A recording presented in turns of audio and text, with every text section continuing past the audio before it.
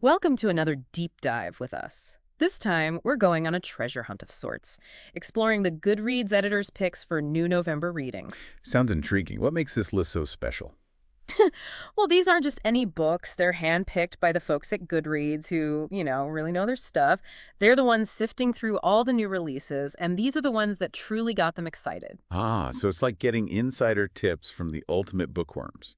It's not just about popularity, but about quality and those hidden gems we might otherwise miss. Exactly. So are you ready to dive into this curated collection? I'm already seeing some titles that are calling my name, like Pony Confidential, a cranky pony who helps solve mysteries. Sign me up. It sounds like a mix of only murders in the building, but with, horses. That one definitely caught my eye, too. Oh. But there's so much variety here. We've got historical fiction, memoirs that'll make you laugh and cry, mind-bending science fiction, thrillers that'll keep you on the edge of your seat. It's a real mix. Okay, I'm officially hooked. But before we get lost in the specifics, can you give us a quick overview of the genres represented? Just a little taste of what we're in for. Sure. We've got a whole bunch of historical fiction. Shy Creatures, for example, takes place in a 1960s psychiatric hospital where this mute man who's been hidden from society suddenly shows up and shakes everything up. Ooh, that sounds intense. What else? Then there's Those Opulent Days, which whisks us away to 1920s Saigon. It's all about glamour, intrigue, and secrets simmering beneath the surface. And for you mystery lovers, The Last Hour Between Worlds throws us into a world of, well, shifting realities. It's a locked room mystery that'll have you questioning everything. Okay, my head's already spinning with all these possibilities. Let's start unpacking some of these books in more detail. Shy Creatures sounds like a fascinating exploration of societal norms and how we treat those who are different. What makes this book stand out in the realm of historical fiction? It's not just about the setting. It's about the impact of this mute man's arrival. It disrupts the hospital's order, forcing everyone to confront their own prejudices and fears. It makes you think about how we define normalcy and how easily we can silence those who don't fit in. That's a powerful message. Now, Taiwan Travelogue sounds totally different. The description says it's metafictional. Can you explain what that means and why it's so intriguing? It's like a puzzle box of a book. It's presented as this rediscovered Japanese travelogue, translated into Mandarin, and then finally into English. But as you read, you start to wonder if any of it actually happened. So it's playing with our expectations of truth and authenticity, especially in a genre like travel writing. That's fascinating. Exactly. It makes you think about how much of what we read, even in nonfiction, is shaped by the author's perspective and all these layers of translation and interpretation. Okay, my mind is officially blown. Yeah. Now, I can't resist asking about The Last Hour Between Worlds. The premise of tumbling through alternate realities while trying to solve a locked room mystery sounds absolutely wild. It is. It's described as a campy mystery, so expect some humor and unexpected twists. Count me in. It sounds like the perfect blend of mind-bending concepts and thrilling suspense. Now, for something a little more grounded, shall we talk about I'm laughing because I'm crying? I've heard great things about the author Youngmi Mayer and her comedic voice. Oh, you're in for a treat. This memoir is witty, poignant, and full of heart. And the editor even shared a hilarious quote from Youngmi's mom. Do you know what happens if you laugh while crying? Hair grows out of your butthole. Okay, that's amazing. I'm already sold on this one. But beneath the laughter, it sounds like this memoir explores some pretty profound themes, right? Absolutely. It's about finding humor in adversity, navigating cultural identity, and ultimately coming to terms with your own story. That's a message that resonates deeply, especially in today's world where we're constantly bombarded with images of what we should be. This book seems like a refreshing reminder to embrace our individuality and find joy in the messy, imperfect journey of life. It is. It's a reminder that it's okay to laugh and cry at the same time, to find humor even in the darkest of times, and to celebrate the unique tapestry of our experiences.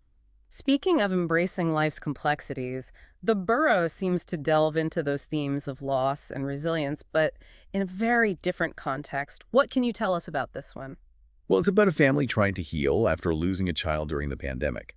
They get a rabbit, hoping it'll bring some comfort.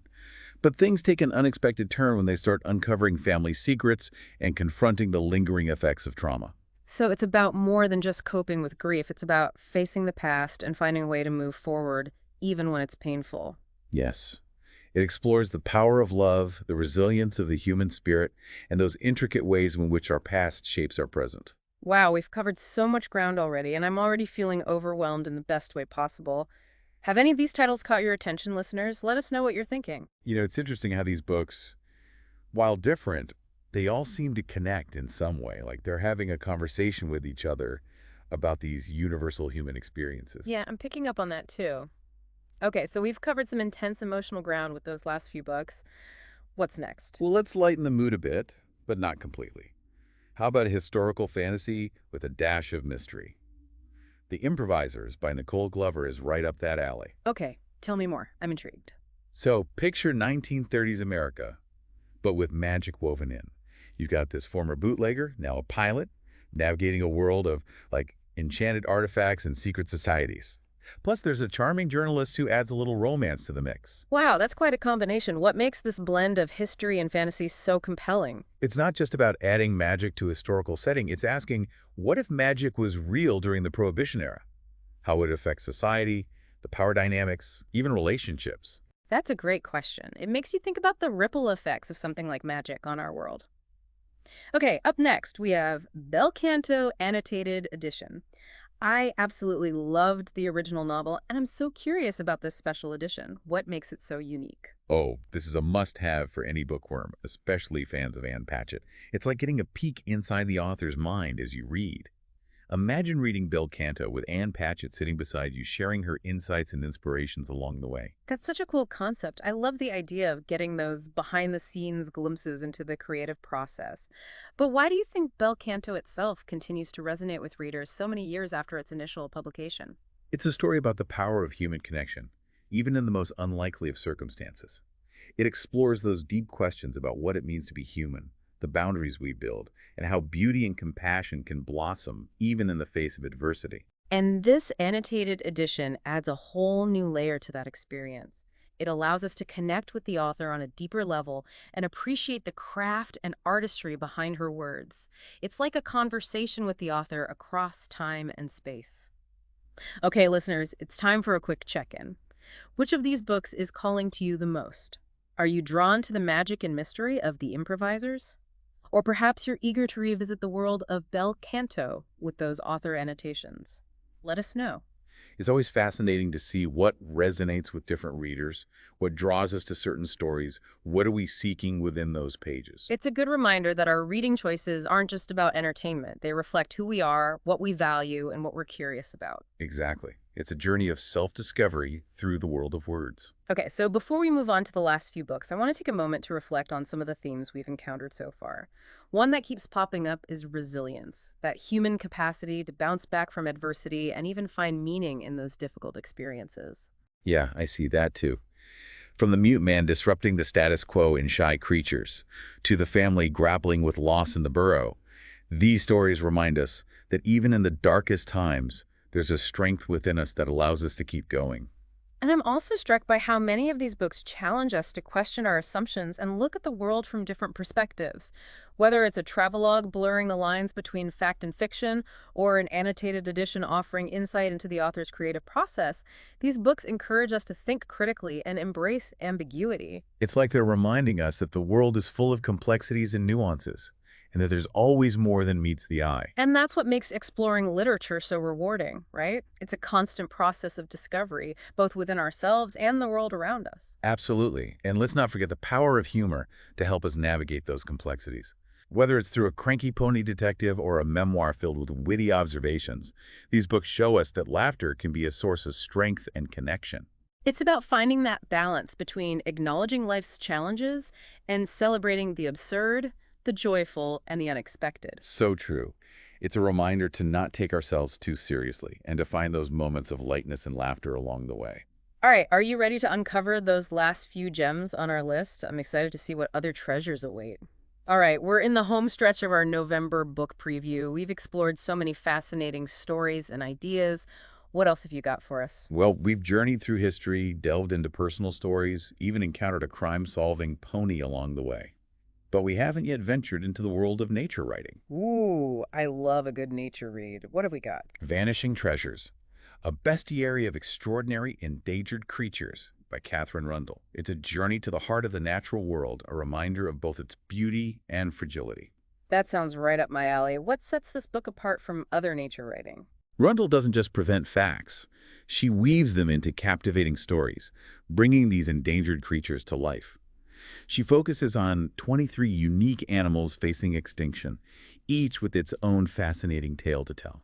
So it's like a celebration of these incredible creatures and a call to action to protect them. Absolutely. It connects with the themes of responsibility and interconnectedness we've been talking about. Our choices impact the natural world, and we have a duty to protect it. Well said. Now, for our final book, we're shifting gears to a topic that's both timely and thought-provoking. Tell me about Power Metal by Vince Beiser. This one dives into the world of rare earth metals. Those elements we don't often think about, but they're in our phones, laptops, all sorts of technology. Yeah, they're kind of the unsung heroes of our tech-driven world, aren't they? What's Yeah. the book about exactly? It uncovers the hidden costs of our reliance on these metals, the global race to extract them, the environmental destruction, the exploitation that often happens behind the scenes. It's eye-opening, to say the least. It's a good reminder that progress isn't always pretty, and that we need to be more aware of where our stuff comes from and the impact it has. Exactly. Power Metal is a call for more conscious consumption, for ethical and sustainable practices in the tech industry. So as we wrap up this deep dive into November's must-read books, I'm struck by the sheer diversity of voices and perspectives we've encountered. We've traveled through time and space, explored the depths of human emotion, and confronted some uncomfortable truths about ourselves and the world around us. And yet there's this underlying thread connecting them all, right? This invitation to engage with the human experience in all its complexity, to question, to learn, to grow. It's a reminder that reading isn't just a passive activity, it's an active engagement with ideas, with the world, and with ourselves. So as we close this chapter, what books stood out to you? What resonated? What questions are you still pondering? And remember, even if none of these specific books grabbed you, we hope this deep dive has sparked a curiosity to explore new authors, new genres, and new ideas. The world of literature is vast and waiting to be discovered, so keep reading, keep exploring, and keep those conversations going. Happy reading.